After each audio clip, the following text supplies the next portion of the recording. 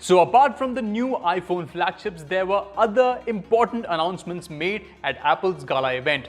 Here is a quick look at the top announcements made at Apple's big event this year. Let's first talk about Apple TV Plus. It's Apple's own streaming service. Now, the biggest highlight is that it has been priced at 99 rupees per month. That is really competitive pricing. Now, the service will start on the 1st of November and it will be available with all of Apple's new devices for a free 1-year subscription.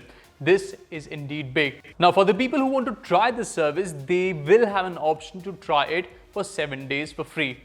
That's nice. Next up is the all-new iPad, the 10.2-inch variant, which can also be used with the Apple Pencil. It comes with a Retina display and also can be used with a separate keyboard. Now, the iPad OS was already showcased at Apple WWDC, so it adds a lot of multitasking gestures which users will be able to make use of. The pricing for the iPad has been put at 29,900 for the non-cellular version, while the cellular one has been priced at 40,900 in India. Many of the users, especially Apple Watch users, had been expecting this and it's come true. Apple Watch gets an upgrade. It's now the Series 5. Apart from the additional fitness tracking features, it now adds a compass and an always-on display. So you wouldn't have to, do this to turn the display on. It will show you all the information right there. Now, this comes with a power efficient mode. So Apple says that it will give you at least 18 hours of battery life. Apple has priced the Apple Watch Series 5 in India at 40,900, that's the starting variant, and it goes all the way up to 49,900 for the cellular variant.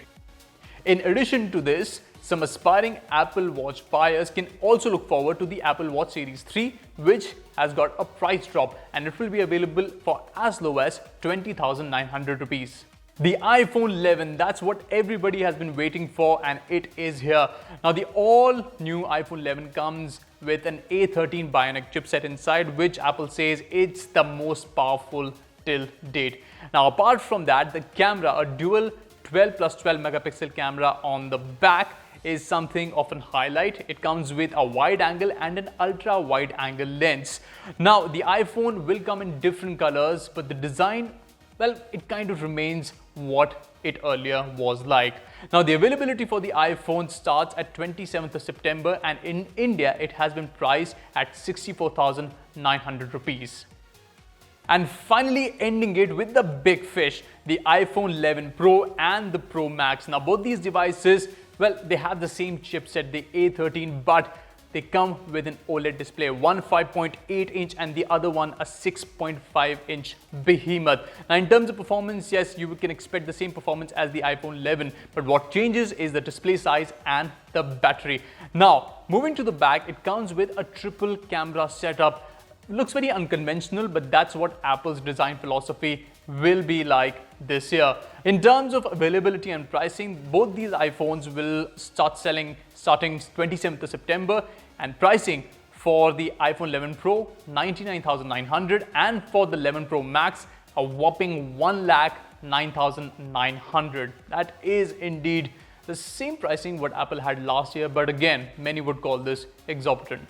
These were the highlights from Apple's gala event in Cupertino. For more updates, please log on to the Quint's website and check out what else happened at Apple.